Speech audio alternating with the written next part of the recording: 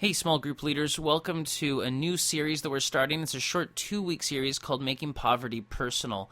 And that's exactly what we want to do in this series. We want to help students understand poverty personally, understand that God has a heart for the poor, for those who are in need, and that He's appointed us as followers of Jesus to help out people who are in need.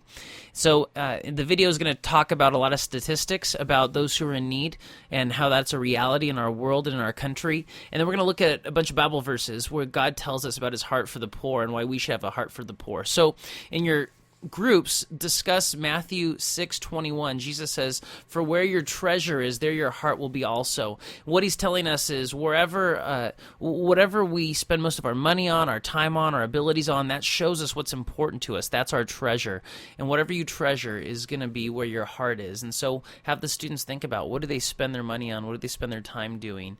What's important to them? And then what does that reveal about what's important to them?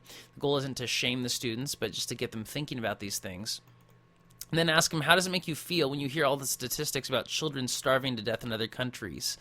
You know, help them process this. Maybe they've never thought about this before. I'm sure most of them never thought about this level of poverty before. But when they hear about all these statistics about kids starving to death, does it lead to guilt, to feelings of sadness, feelings of being overwhelmed, maybe no feelings at all?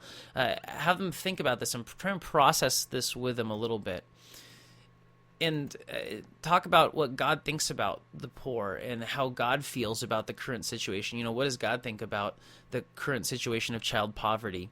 And then read Matthew 25:35 through 40, where Jesus talks about the least of these. And then who are the least of these? They're the people who can't fend for themselves, who can't take care of themselves. And talk about who in our world, in our communities, in our neighborhoods, in our cities, who are the people like this that can't fend for themselves, whether it's homeless, runaways, poor families, poor immigrants. There's a lot of examples there in the notes. And then end by challenging the students to get involved. We offer a lot of opportunities, a lot of ways to get involved here at Alpine Fusion, and I think most students would be able to get involved in at least one of these ways at some point. So challenge them to get involved in this or another way if they've got creative ideas, and encourage them to make poverty personal.